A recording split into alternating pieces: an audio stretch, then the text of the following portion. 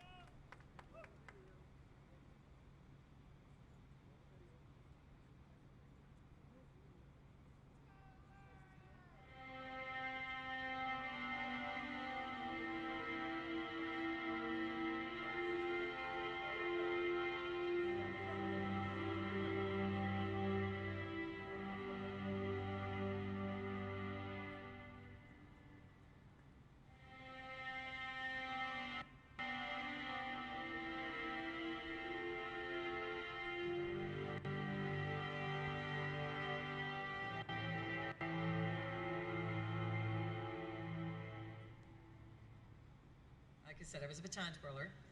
My teacher had informed my parents of this organization that had come about and thought it would be more of a challenge and something I'd feel more interested in. My mom worked at Train Company, as did Dave Dummer, one of the founders of the Corps, and he had been going around to some people in Train Company to ask them if they thought they might have children that might want to be involved. When I was in the Corps, the members were largely from the immediate La Crosse, Holman, Onalaska area, and there was maybe a couple members from Madison, and maybe one or two members from Milwaukee. I didn't know anything. I didn't know what a drum corps was. At that point, I didn't know the difference between a snare drum and a tenor drum. I mean, I knew nothing. I didn't know how to hold a stick. And I showed up at the Blue Stars open rehearsal with my drumsticks, and they took one look at me and said, "Oh, we don't let girls play drums. You're not strong enough to carry a drum. Here's a bugle." In 64, 65, you had to be so tall, a certain height to be a flag twirler or a flag bearer. I didn't make that height. I was always too short. So they put the shorter girls on the rifle back then. And of course, my family of 4 boys, all of us were in the Corps at the same time, and Mom and Dad followed the Corps around, and Dad was on the board of directors. He was the treasurer. My favorite music out of all Blue Stars? I can't pick because I like it all. The old era would either be First Federal March or it would be South Rampart Street Parade. Back when it was VFW Nationals and Legion Nationals, there was a strict tempo you had to adhere to when you were marching. And we pushed that boundary a lot faster with the opening of First Federal March. It just knocked your socks off because of the speed of the drill and the speed of the instruments playing, and it was just a great thing. Ready? 1, 2, 3, 4.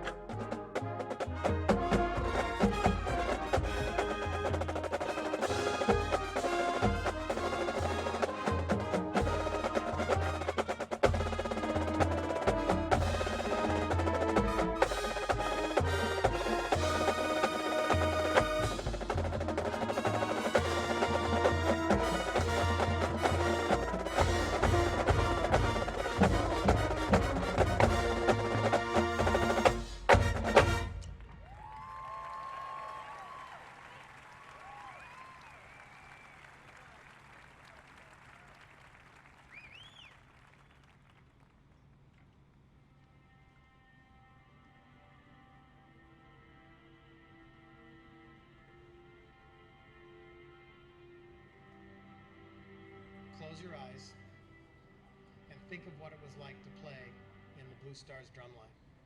Whatever year you played, think of what that was like. Think of what it was like to have the crowd in front of you.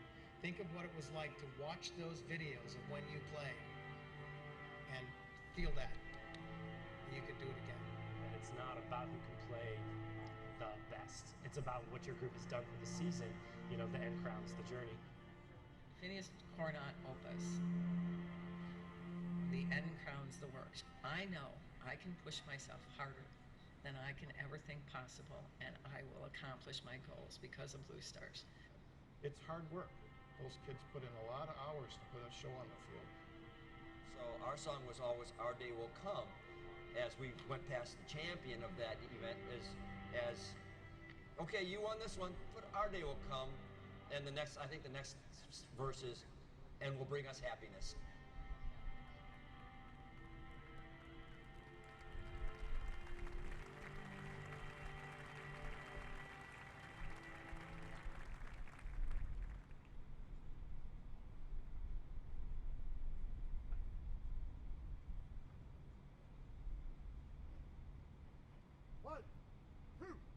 One, two, three, four.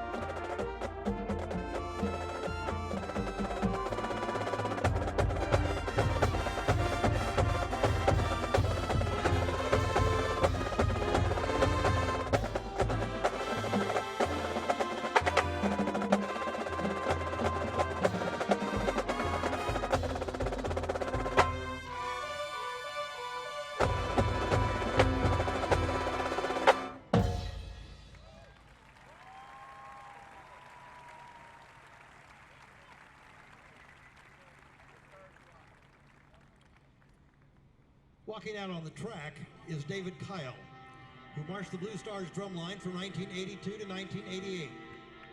After the Blue Stars, he joined the Marine Corps and retired in 2011. Tonight, as we watch Drum Corps from Veterans Memorial Stadium, we want to take a moment to recognize the alumni who have served our country. Please hold your applause until the end. I ask those of you on the field who have served our country to please step forward.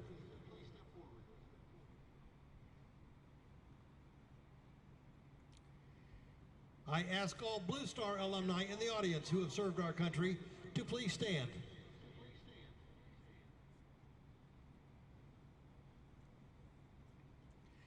Now I ask all members of the audience who have served this great country of ours to please stand and be recognized.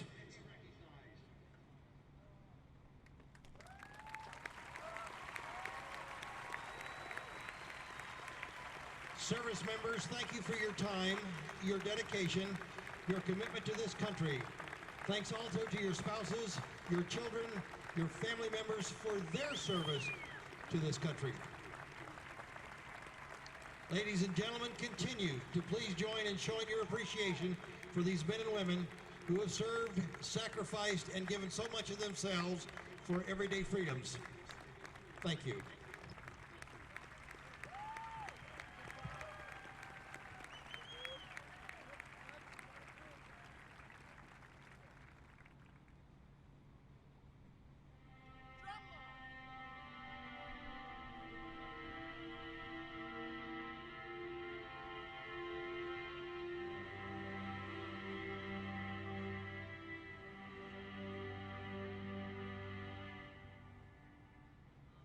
What I remember about those early years was the camaraderie, the fellowship that we had as a group. It turns into family. And a lot of us lived by each other, went to school with each other. I'd get my yearbook out at the end of the school year, and we put stars by all the Blue Stars in the book, and there were a lot of them. It was the people and the culture of the organization. I think every drum corps has got their own little way of doing things, and the Blue Stars definitely have always prided themselves on a family atmosphere. The years 72 and 73, just amazing. The talent that was in the group, the friendship that everybody had in the group. It was a big family. One of the favorite things I remember doing, because it taught us an incredible amount of discipline, which I've actually thought about over the years when things have been tough physically, emotionally, whatever, is marching the box with Frank. We would get up, you're achy, you're tired, you're sunburned, you're hot, you've been on the road, sleeping on gym floors and taking cold showers and wearing stiff socks. We were always a group that could execute. That one of the things we were known for was just clean execution, and we always felt like we always managed to get there somehow, just by desire and hard work. Absolutely. We were known for our very snappy moves and gaits that were exactly right and large company fronts that were exactly right.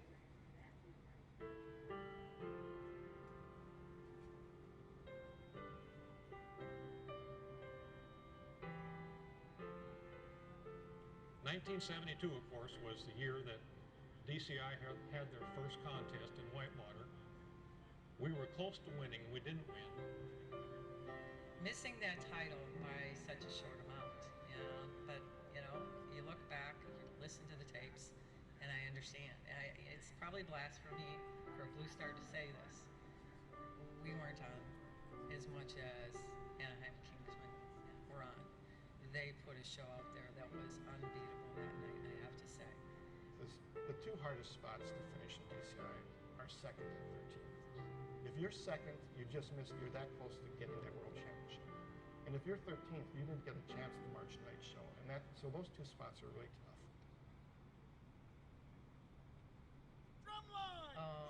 I love that bottle dance, but we had the first dance. 1972, we had a dance that almost got us kicked out of CYO. Just that little thing in Rampart where we kicked our legs and moved our butts, that almost was enough to get us kicked out of CYO because we weren't Christian youth when we were doing that. South Rampart Street Parade was just so fun to play. The jazzy style, I love the jazzy style, upbeat, the little small quartet with the drum set and the bass drummer playing and just making the sound of a drum set. It's just something truly amazing. And that was always one of the fun tunes I loved listening to. And to have the opportunity to actually play it, and play it with people that played it in 72 and 73 in the horn line, that was really fun for me, to be able to play that one tune in my first year out.